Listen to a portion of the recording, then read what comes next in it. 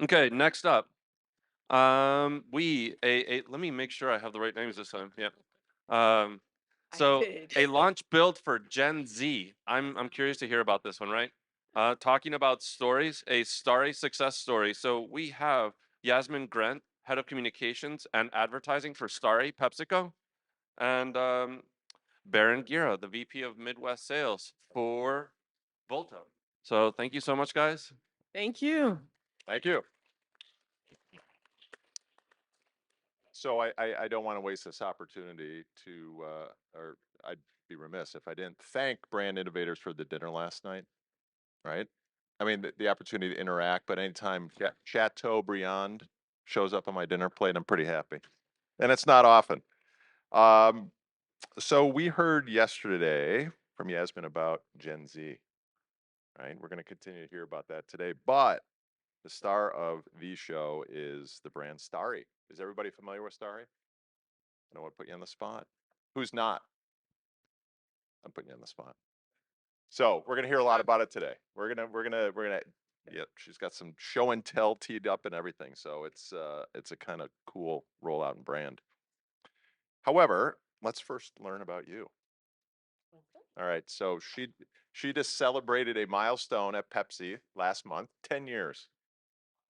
I'm ancient. So I'm hoping you can at least walk us through some of your varying roles over those 10 years and how they got you to where you are today on the Starry brand. Sure.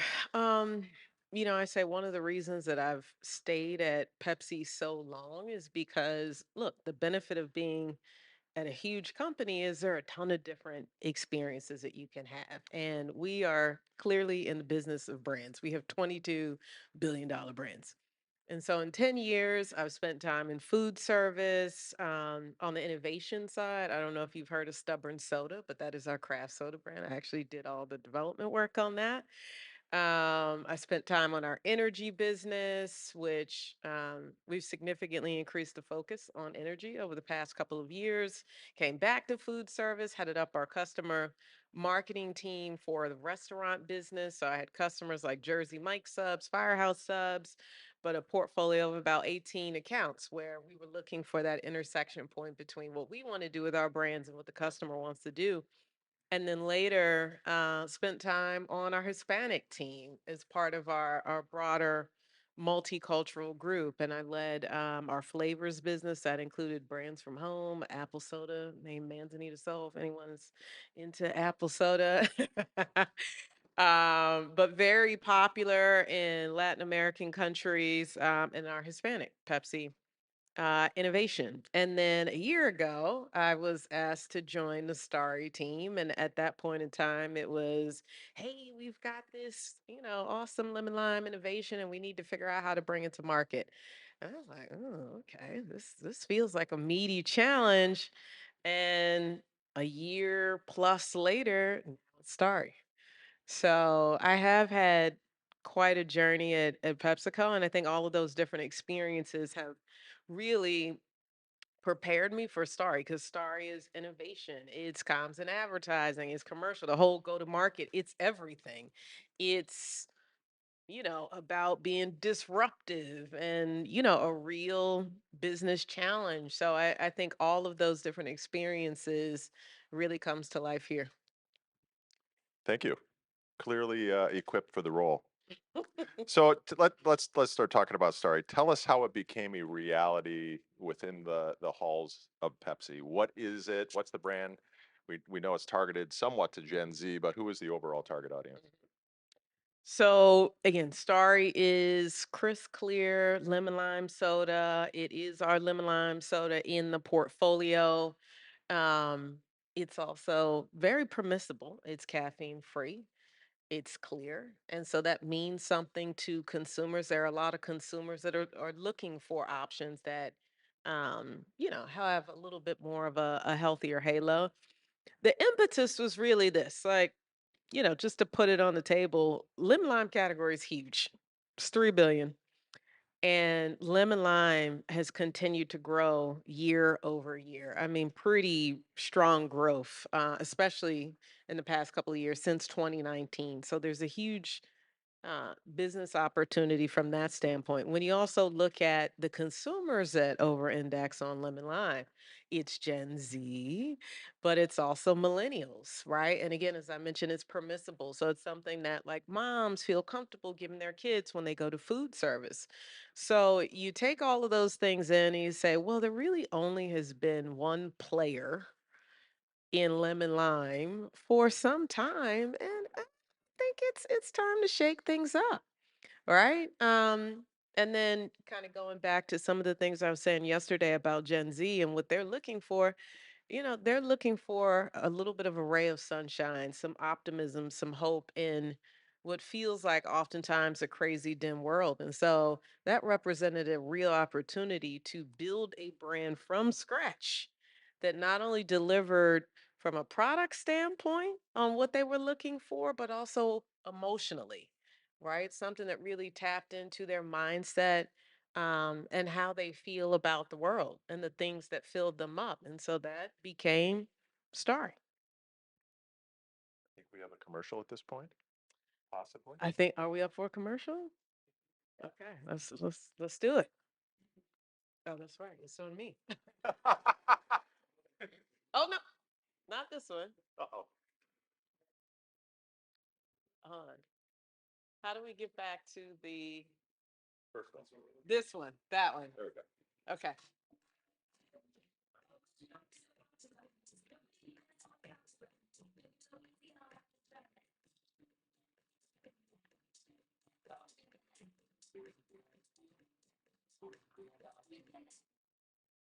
Okay. So this spot, we call it the flip, debuted first during the NFC and AFC football championships, right? For obvious reasons, because everybody's watching football. And then we re-aired it during the Super Bowl pregame. But this was really our first big introduction to the world. I mean, really, North America, I guess you could say. But like, okay, Starry, like, what is this? And it's a very simple spot, but it's super effective. Lemon lime drinkers are extremely specific about what they're looking for. They care about it being refreshing. They like that it's not caffeinated. They like a perfect balance of those citrus notes. It's not too overpowering. You can drink it on its own. It complements a meal, whatever you're having, but they're very clear about what they want. So in this spot, we wanted to be very clear about the product benefits that Starry provided, right? So you saw the supers with crisp and clear, but I think the rub was so, and you've probably seen we call these taste and refreshment spots, quite a few from other brands at Pepsi, from competitive brands. And usually it's just a glass and a pour and you move on. But here it flipped, right? And it went upside down. And that was kind of a unique twist. And we were very intentional about that because that gives you a feel of the brand personality, which we call weirdly refreshing. We're weirdly refreshing. We're a little bit offbeat, but we still deliver on those core product attributes that lemon lime drinkers are looking for. We're refreshing. We're that moment. All right. So I love this spot for all of those reasons. And also, too, here I think you get to see our packaging for the first time. That was also very intentional. The design, the bold colors, it's yellow and green. Okay, what's yellow and green? Citrus, right? It has a bit of a retro design. Gen Z is very into retro. So it's, I mean, you can tell it's not super overt, but it's a nod to it. I was going to say it's funny back on the mom approval because it's clear. Hmm. Yeah, I remember that. Like, mom, could I have a Coke? No, ginger ale's okay though, Uh-huh. right? Mhm. Um, so it's evident, right? Not only in the packaging, but what we've seen in the show and tell so far. If you consider the other brands in the PepsiCo's portfolio, or even the other brands across the CSD category, Mhm. right? Tends to be kind of conservative, maybe some package changes here and there. How else are you reflecting that kind of disruptive attitude in Starry? Mhm. So yeah, I would say it's rooted in our DNA. So yes, are we pointing this to Gen Z and then more broadly to lemon lime drinkers? We are, but we're also really trying to tap into consumers that have like a sense of irreverent optimism, right? Consumers that are optimistic, positive, but they just march to a different beat. They like things that are a little bit weird. They open the door to weird. We believe in a little bit of absurdity. We don't take ourselves too seriously as a brand. And so you see all of those things show up in our advertising, in our package design. I just shared a bit about like our brand voice and how we communicate with consumers.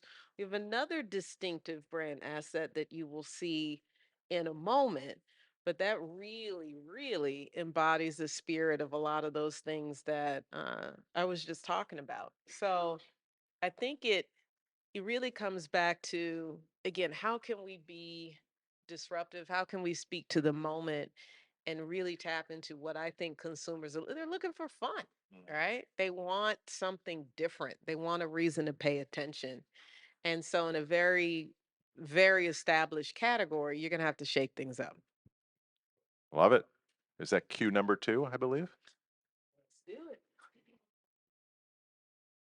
Oh, this is not this one. Sorry. Okay. Can I just hit play and you hit play?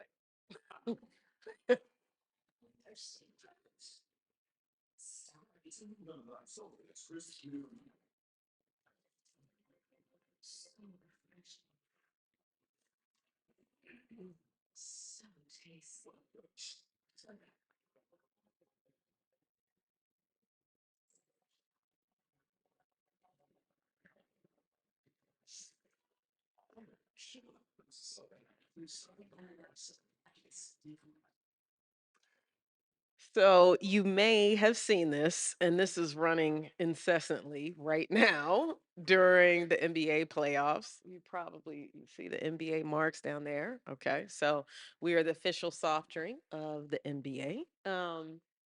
But this spot was like our big debut. This was our campaign launch spot. The first spot that I showed you was sort of us getting our feet wet, starting to establish a voice and let consumers know what the brand stood for. But this was really like, okay, guys, we're here. We're the new kid on the block. And what consumers said about this when it debuted, they were sort of like, oh, like, what is this? There were a lot of comments about the talent. So Kiki Palmer was in it and she was fantastic to work with. But we really wanted talent that would bring the right energy to the spot, talent that also didn't take themselves too seriously because it's a weird spot, right? It's characters, it's this fake soda boyfriend thing going on. Like, it's not your traditional spot. So you've got to be talent that like embraces that. You like that weird. And she was a great fit. So she's in it. There was also a little camp. Who's an NBA fan? Did you know? Tyrese Maxey. Look, he's, very young. He, basically is a target and he was super pumped, to do things. We were already doing other things with him. And when we brought this to him, he was like, yeah, of course I'd love to be in a commercial. Right. So yeah, we were like, okay, let's have Tyrese kind of make a cameo, a subtle nod to the NBA. But, from a brand marketing standpoint, what I loved about it, right? Like at the core is it hit the product messages, right? So you heard Kiki say in the beginning, so tasty, right? So refreshing. The soda boyfriend, if you really think about it, he's a metaphor for the product, right? He jumps out of a can, he's clear, he's refreshing. So it was a creative way to deliver those messages. And then it also created a bit of disruption, right? You'll never forget that soda boyfriend. I mean, sometimes we get, messages on social like, what else is soda boyfriend gonna do? I'm like, he's not doing anything right now. He's over there, right? Um, but yeah, it was disruptive. It was memorable. And then I mentioned that we've been leaning in with another brand asset, the Starry characters, right? So their names are Lemon Lime. Okay, right. I mean, get it? Yeah. Right? I don't know. This thing keeps not doing what I want it to do. But you can well, we can play this. We're only supposed to play two commercials, but we'll play this.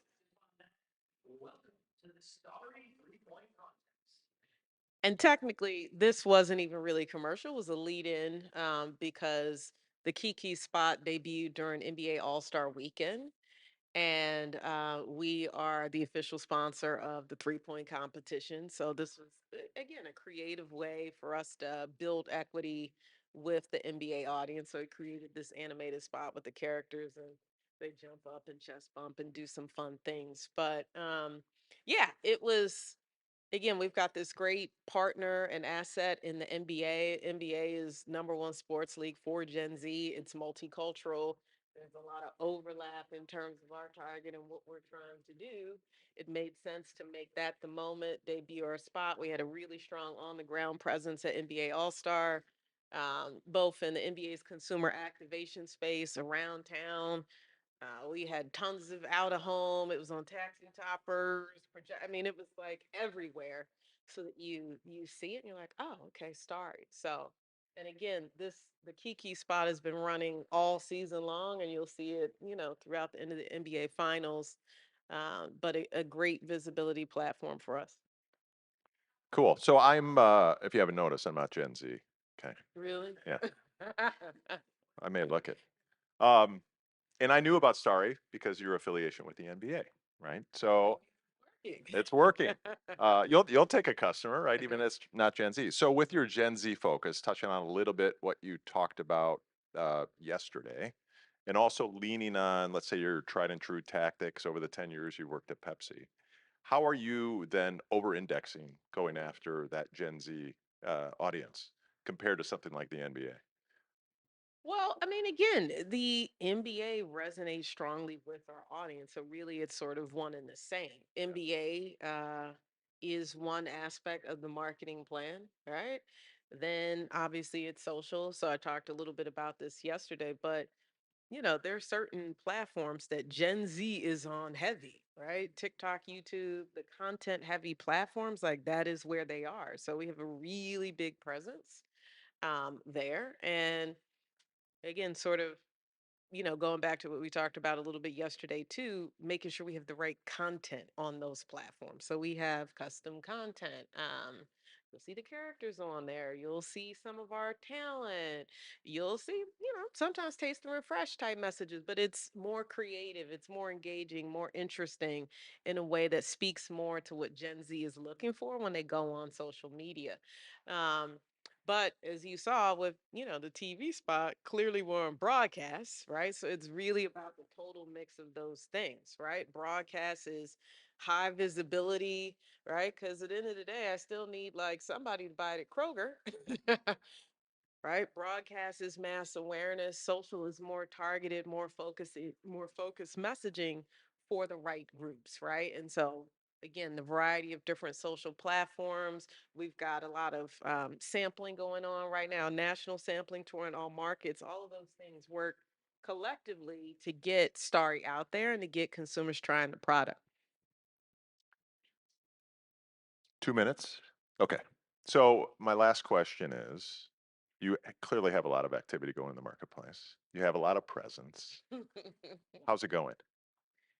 Doing well. We are making an impact in the category. There's been a lot of press on Starry in the past couple of months, both when we launched, in terms of announcing the NBA partnership, NBA All Star, and all of the things that I was just sharing that we had going on at that point in time. So, a lot of press mentions, a lot of chatter on social media. Gen Z is very active in talking about what we're doing, particularly on TikTok.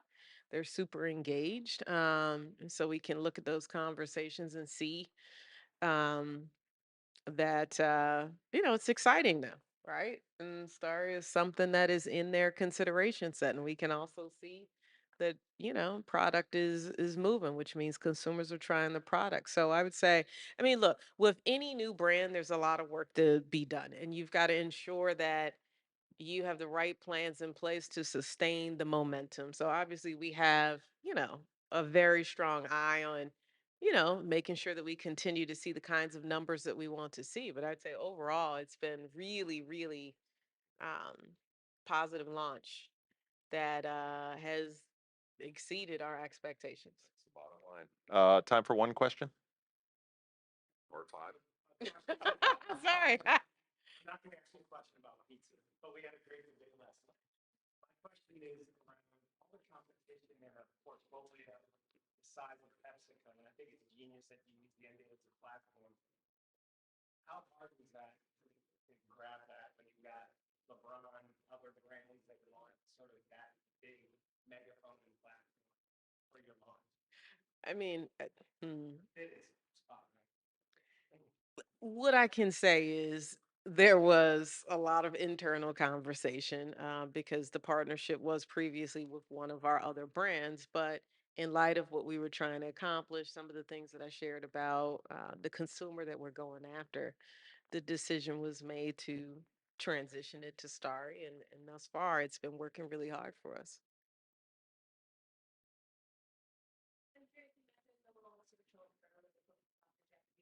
Mhm.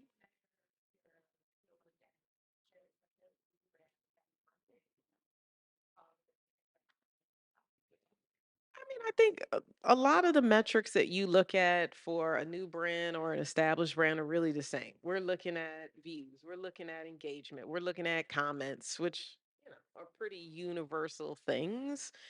Followers, right? Have we surpassed 100 million, 125 million, 150 million? I think now we may be at like 200 million on TikTok, right? So I think the metrics are pretty tried and true. To me, where the real nugget is like, what are people saying? Like, are you leaning into the power of the comment section? There's actually a lot of power in the comment section that I think people don't really pay attention to. It's like, oh, okay, I see where people are chatting, but like, what are they saying? Are we going on there and engaging? And we have a really strong social agency that keeps a strong pulse on those things. They look for moments to engage with consumers and when we should retweet, when we should repost. Um, and again, sometimes like ideas will start on social. So there were some consumers when we launched and they were doing their own challenge, like, oh, we're gonna do the Starry challenge. You're like, oh, okay, but that happens a lot. Like consumers take things into their own hands, and most of the time it starts on social. So it's just looking out for all of those things in addition to some of the other metrics that I mentioned, and then collectively saying, all right, are we having the impact that we want to have? I was gonna say, it's been super incredible like the last 2 or 3 years as our buying team performed Uh, launching new product yeah. coming out. Just the like complete launch and just quality of all of that redesign stuff that Pepsi's doing in the product.